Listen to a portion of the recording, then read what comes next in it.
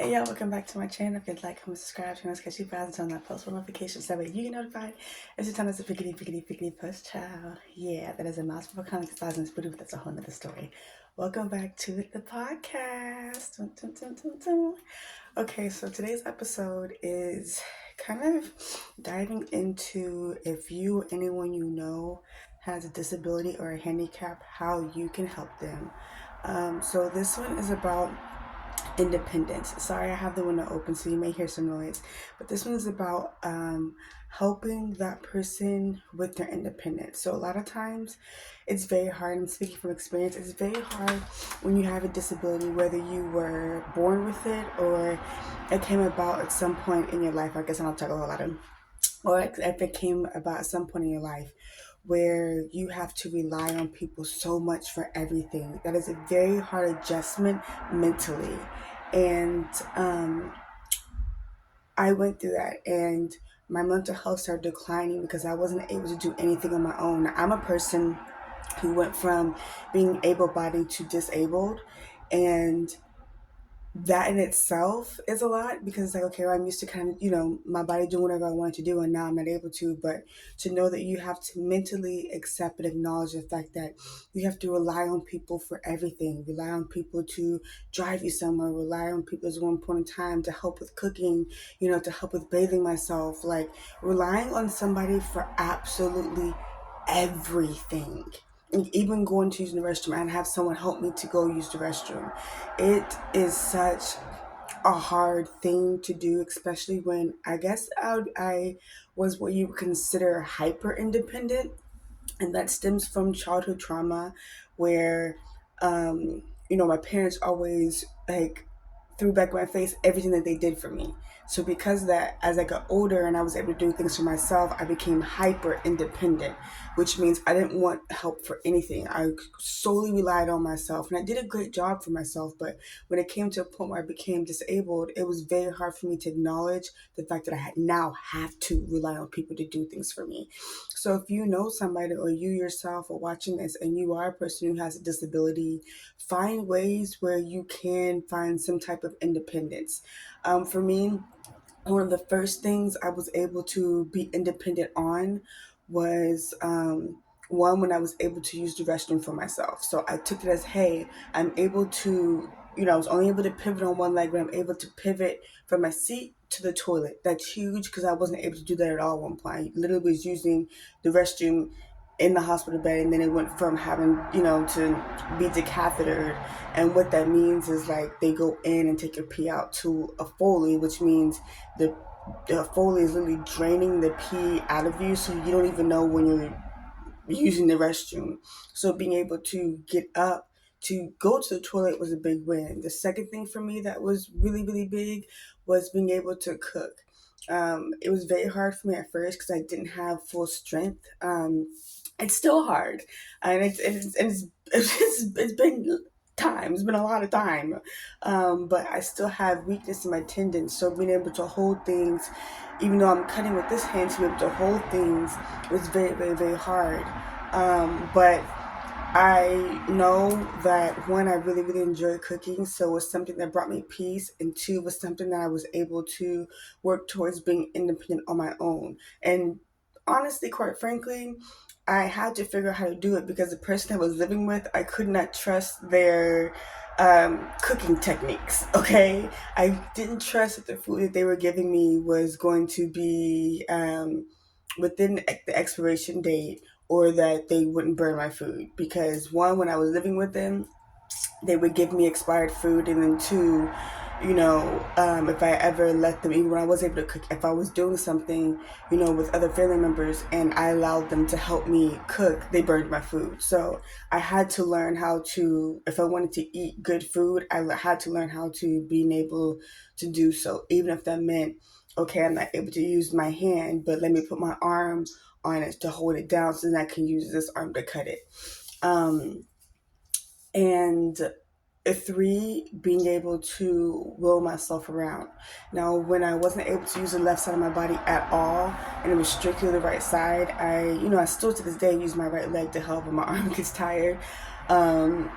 but using my right foot and my right hand. So it's small things that were big wins for me of being able to gain my independence, because for a while I wasn't able to do anything without having any help. And then you know, um, being in a situation where you're calling out for help and nobody's adhering and nobody's listening, um, it puts you in a space where when you are able to do so for yourself again, you appreciate being able to do so for yourself again. And not in a hyper independent way as I did before, but more of just like, yo, I remember when I couldn't do this. I remember when I couldn't, you know, lift my body at all. I remember when, I wasn't able to do anything on my own. So it just gives you a different appreciation for everything. So one, if you or somebody is dealing with a disability, be kind to them, because a lot of times you don't know what they're going through mentally. A lot of times we don't express it out loud because we already feel like we're a burden to other people because they have to help us in so many ways. So we don't even express our emotions, or we don't even give the person who's helping us mental checks because there's already so much they're doing that we feel like it's a lot. So be kind to them and be kind to yourself. And two, like I said, find different ways for small things that you were able to be independent. And if you are completely confined, to a chair, where it's just like, okay, if it's a mobilized chair, the fact that you can even push the button to do so. If you're not able to move your body at all, the fact that, hey, you can blink, the fact that, hey, you may be able to turn your head. And if you're not able to do that, the fact that you have breath in your lungs. Just find something to be appreciative of, because having a disability is very, very, very hard. Society is not very kind to people, and you find it.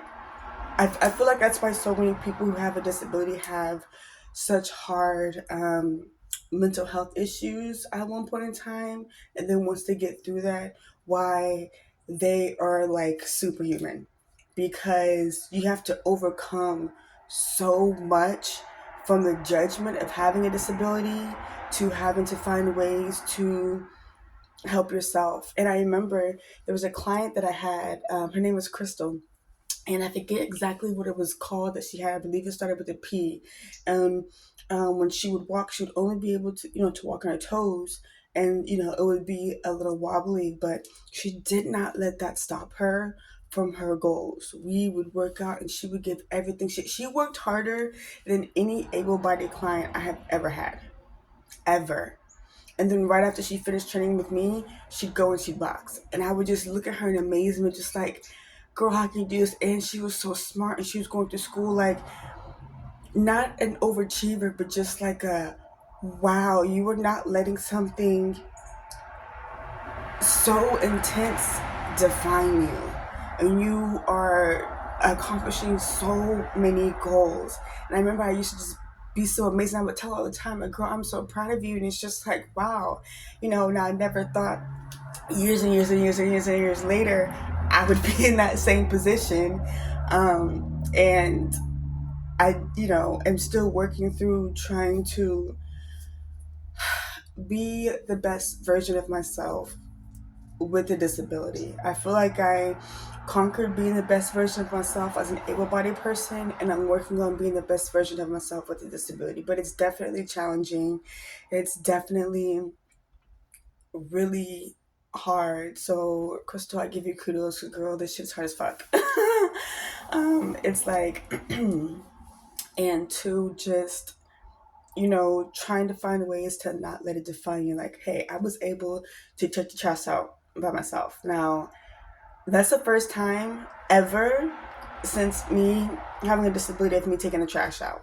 Now, I didn't record it because I just, I've been a little more reclusive and just like, oof. But I did take the trash out for the first time by myself. It was, y'all seen me go outside the house and everything like that, and just fooled myself and threw it away. But when everything first happened, my mom took the trash out. And then when I did move, the place I had like valet service. So all I had to do was put the trash can outside the door, and they took the trash.